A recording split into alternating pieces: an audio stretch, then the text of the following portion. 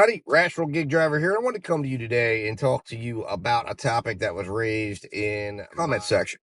And I want to talk about this because this is something that's lost on almost everyone, right? That's just looking at gig work from afar. Whether you like it or not, gig work is a net income business, whatever you want to call it. What do I mean by that?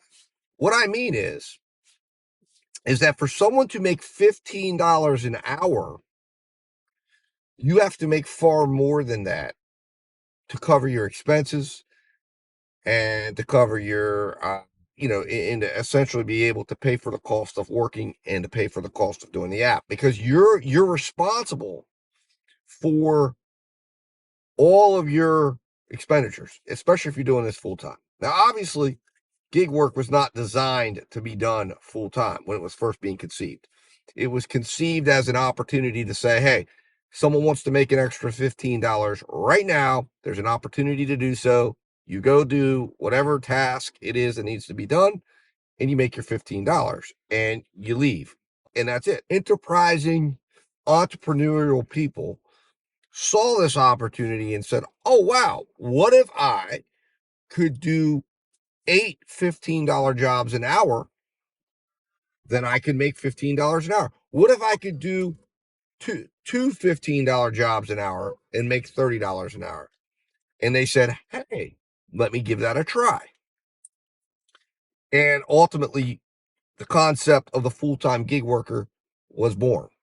However, when we are looking at this, and what I'm referencing here is I see a lot of comments, a lot of people commenting that says, delivery drivers don't deserve to make $30 an hour. Go get a degree, go get a this.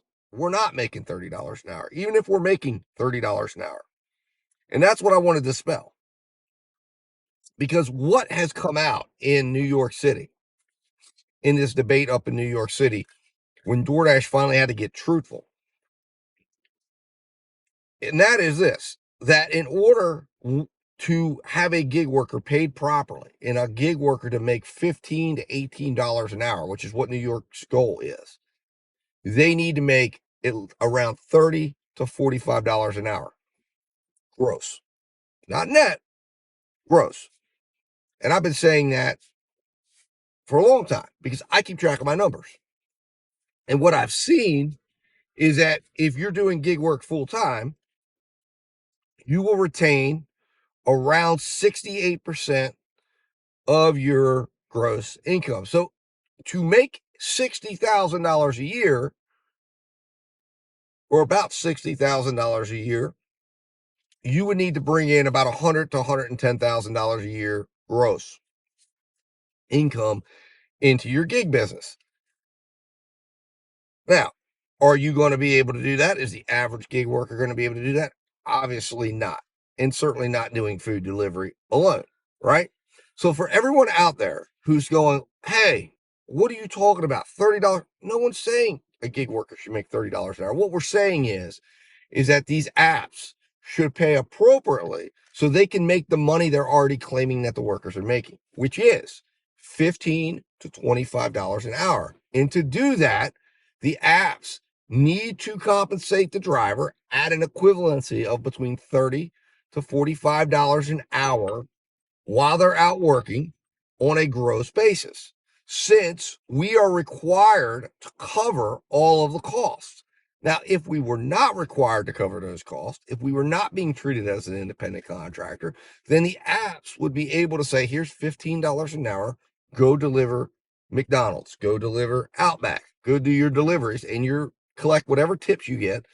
But the apps are going to be collecting enough money from the customer to ensure that they're covering the cost of the deliveries, the cost it takes to get the food delivered, the cost it takes to get the groceries delivered, the cost it takes to do all these things. But since we have the cost on our shoulders, all the average gig driver is saying is the company shouldn't be allowed to keep that money unfairly, I might add, by using deceptive practices to make the driver think that they're an employee, to make the driver not understand that they need to be basing their decisions on their gross income to make the driver understand that just because you see a $30 an hour day doesn't mean you just went out and made $30 an hour. You probably made closer to $15 to $16 an hour once you factor in gas, car maintenance, taxes, health insurance benefits if you're full-time, and all the other costs that you're going to need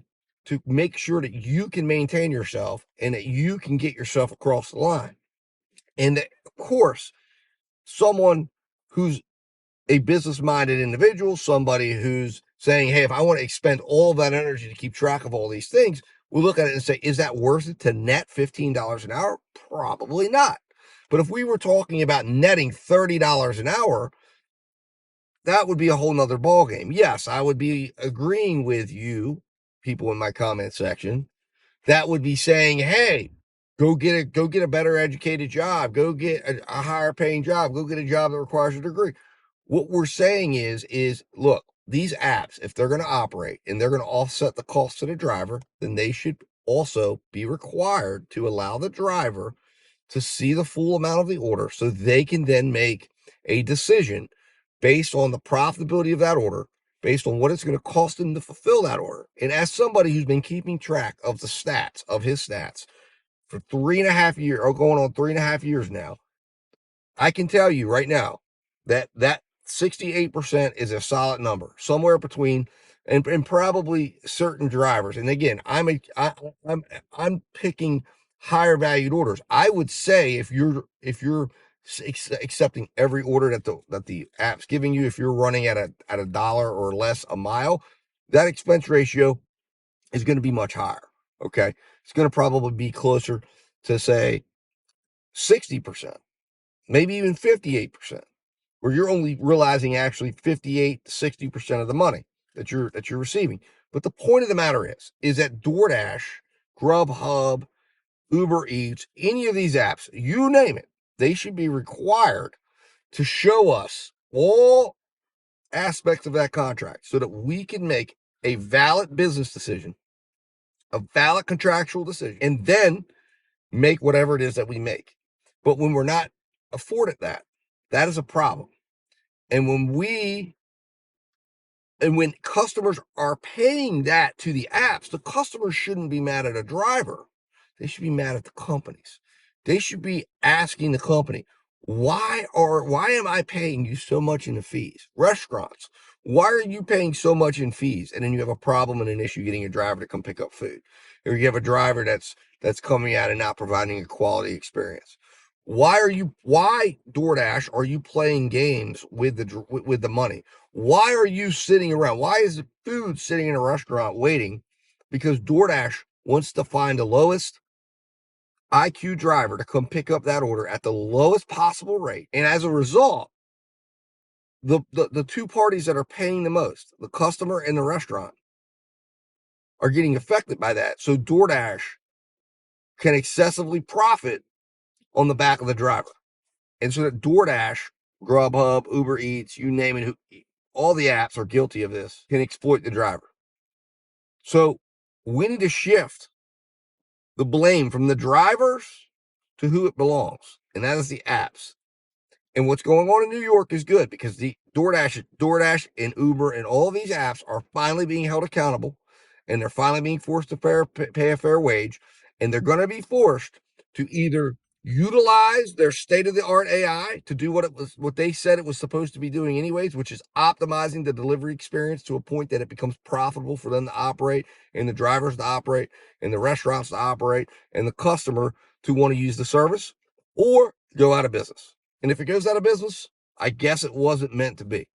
But I have a feeling they're going to stay in business. And I have a feeling gig workers will still be working. And I have a feeling gig workers will still make more. Now we're going to find out how they're going to try to scheme or get around this. We got to continue to hold feet to fire because the gig worker is coming to a job near you soon.